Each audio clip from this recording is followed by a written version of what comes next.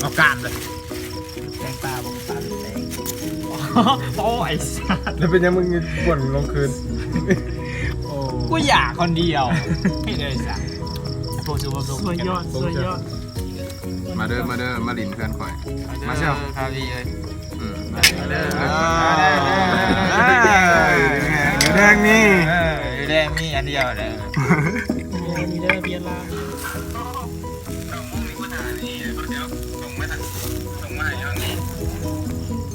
กินเด้อคนที่จะกินอะไรสูง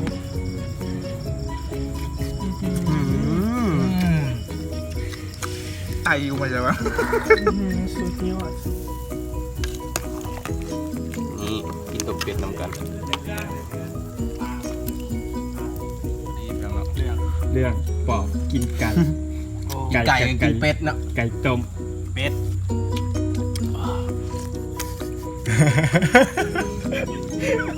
นี่จะกูขนาดมาเด้อกินตบเป็ดน้ำกัน ปอบใส่พันไม้ เป็ดตัวนี้กำลังแซ่บ นี่มันปอบฝรั่ง มากูเป่าก่อน มึงอมแล้วมึงกลับบ้วนเอามาคืน คุณเวียนกินอะไร พวกเวียมันดัดปาก เบิ่งจากการกินแล้วคือสิบ่แซ่บปานใด แล้ว ยังไม่เห็นกูถ่ายต่อกัน เมื่อวันศุกร์เอาตอนซีดก่อนเรียบ ถ่ายต่อ เอาตอนซีดนี่ตอนซีดถ่ายไปดูเสียง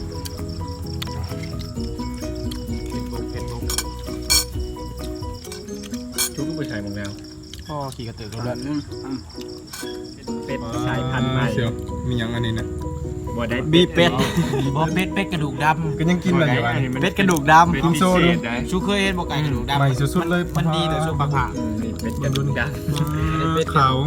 ขาวเลยอี้เลย เป็ดกระดูกดำมันตายมันตายไว